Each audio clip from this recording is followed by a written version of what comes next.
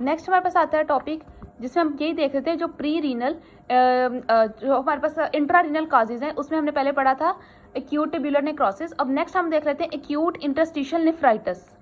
ये हमारे पास क्या है, नेफ्राइटिस मतलब इन्फेक्शन को इन्फ्लेमेशन हो रही है, सही है। इसमें हमारे पास क्या है कि ड्रग इंड्यूस्ड हाइपर सेंसिटिविटी होती है हमारे पास ट्यूब्स की और इंटरस्टिशियम की। इन्फ्लेमेशन हुई है और वो इन्फ्लेमेशन कैसे है, ड्रग इंड्यूस्ड, वहाँ पे हाइपर सेंसिटिविटी हुई which can lead to inflammation. अब हमारे पास ड्रग कौन सी हैं, ड्रग इंड्यूस्ड भी है, मोस्टली ड्रग इंड्यूस्ड है, लेकिन और भी जो अंडरलाइंग कंडीशंस है वो हैं, तो हम कॉजेज के अंदर वो सब देख लेते हैं, जिसने हमारे पास जो इंटरस्टिशियम के अंदर नेफ्राइटिस क्रिएट करवाई है, यानी इन्फ्लेमेशन करवाई है किडनी के इंटरस्टिशियम में, और ये ultimately then leads to acute renal failure.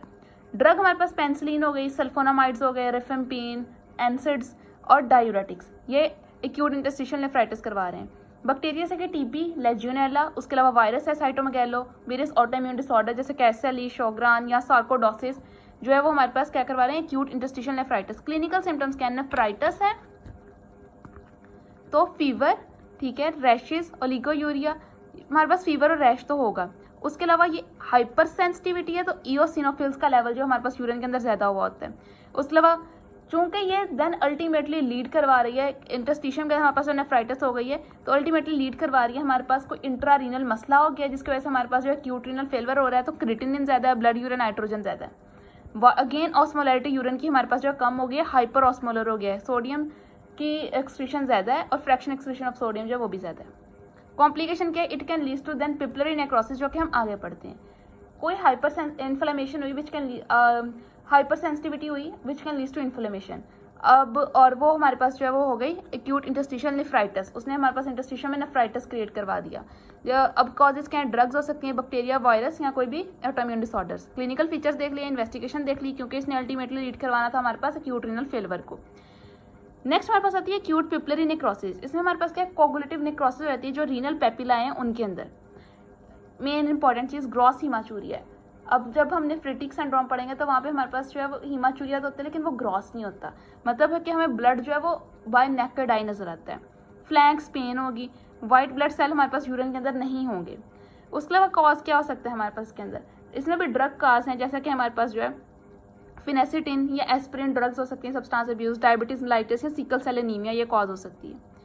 अब हम देख लेते हैं एक्यूट्स के बाद एक क्रॉनिक जो इंटरस्टिशियल नेफ्राइटिस है वो क्या है, इसमें हमारे पास मेनली फाइब्रोसिस या एट्रोफी हो गई है हमारे पास ट्यूब्स की, और मोनोन्यूक्लियर जो हमारे पास सेल है वो इनफिल्ट्रेट करवा रहे हैं। और इसके अंदर कॉज क्या है हमारे पास, लॉन्ग विथस्टैंड अगर हम एनसिड्स यूज करते हैं वो, ये सब चीज़ें मिलकर आइदर वो एक्यूट ट्यूबुलर नेक्रोसिस हो या इंटरस्टिशियल नेफ्राइटिस हो या रीनल पेपिलरी नेक्रोसिस हो, ये सब हमारे पास किडनी के अंदर वाले मसले हैं। ये मसले अल्टीमेटली हमारे पास जो है वो लीड करते हैं एक्यूट रीनल फेलियर को, जो कि हमने टॉपिक स्टार्ट किया होगा।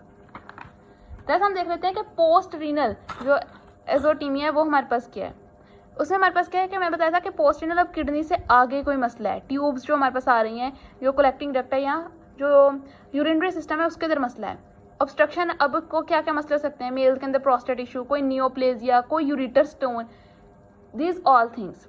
ऑब्स्ट्रक्शन हो गई है नॉर्मल ब्लड फ्लो के अंदर, तो अब हमारे पास वहाँ से ब्लड यूरिया नाइट्रोजन और यहाँ क्रिएटिनिन का लेवल जो हमारे पास ब्लड के अंदर ज़्यादा हो गया, ऑब्स्ट्रक्शन हो गई तो वहाँ पे सही तरह से जो है इसकी फिल्ट्रेशन ही नहीं हो पा रही। अब हमारे पास जो प्रेशर इसका बहुत ज़्यादा हो गया तो वहाँ से मोर रीअब्जॉर्प्शन हो रही है ब्लड यूरिया नाइट्रोजन की और देन क्रिएटिनिन। अब हम इसकी इन्वेस्टिगेशन देखते हैं। पहले हम देख लेते हैं प्री रीनल इन्वेस्टिगेशन। देखो अब हमने बताया कि हमेशा ब्लड यूरिन नाइट्रोजन क्रिएटिनिन बढ़ता है, लेकिन प्री रीनल हमने ये कहा कि ब्लड यूरिन नाइट्रोजन जो वो क्रिएटिनिन से थोड़ा ज़्यादा बढ़ रहा है। क्यों? क्योंकि जब वाटर को हमने अपना फ्लूइड लेवल को मेंटेन करने के लिए वाटर को रीअब्जॉर्ब करवाया था तो उसके साथ थोड़ा मजीद ब्लड यूरिया नाइट्रोजन भी रीअब्जॉर्ब हो गया था। तो अगर नॉर्मल इसकी वैल्यू 20 है तो ये 60 हो गया, मतलब ये 1 था तो ये 3 टाइम्स इंक्रीज हुआ है। और क्रिएटिनिन की नॉर्मल वैल्यू 1 थी तो ये 2 है, यानी 2 टाइम्स इंक्रीज हुआ है। दोनों इंक्रीज हुए लेकिन आपस में कंपैरेटिवली ये ज़्यादा इंक्रीज हुआ है। तो जो इनकी रेशो है वो 20:1 अगर नॉर्मल है तो यहाँ पर हमारे पास 20:1 से ज़्यादा रेशो भी ज़्यादा हो गई है।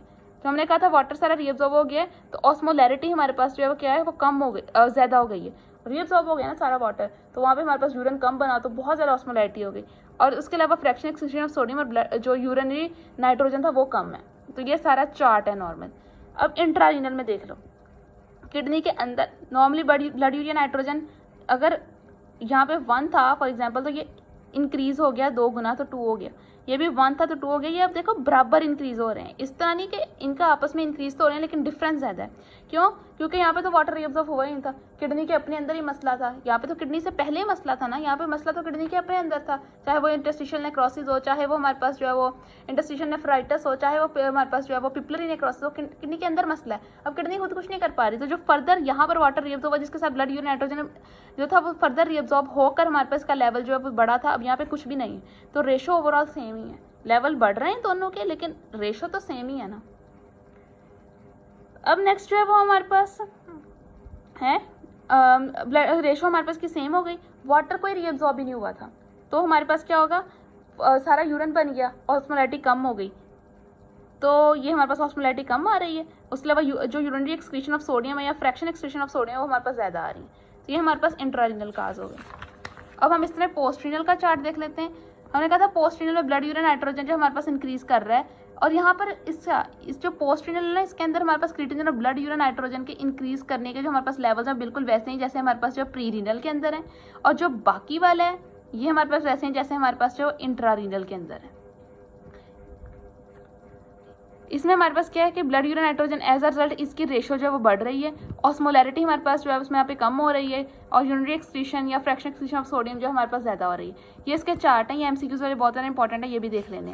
This is all about our acute renal failure. यहाँ से हमने स्टार्ट किया था एक्यूट रीनल फेलियर। सबसे पहले हमने इसके बता दिए कि मेनली इसके किन क्लिनिकल फीचर के साथ प्रेजेंट करेगा, फिर हमने इसकी टाइप्स बता दी, वही हमने नेक्स्ट सारी डिस्कस की हैं। पहले प्री रीनल किडनी में हमारे पास किडनी से पहले कोई मसला है, उसका आगे हमने चार्ट बता दिया। इंट्रा रीनल किडनी के अंदर कोई मसला है, चाहे वो ट्यूब्स की नेक्रोसिस है, चाहे वो नेफ्राइटिस हो गया, चाहे हमारे पास पिपलरी नेक्रोसिस है, वो अभी हमने सारा ट्यूब्स की नेक्रोसिस बता दी, ये हमने सारा इसका जो है वो पिपलरी नेक्रोसिस बता दी। फिर चाहे हमारे पास जो किडनी से आगे कोई मसला आ गया तो, और फिर ये हमने सारे इसके चार्ट्स बता दिए। ये एमसीक्यूज के लिए बहुत ज़्यादा इंपॉर्टेंट है, इनको जो है वो गौर से देख लेना है। अब नेक्स्ट जो हम टॉपिक स्टार्ट करेंगे वो होगा नेफ्रोटिक सिंड्रोम।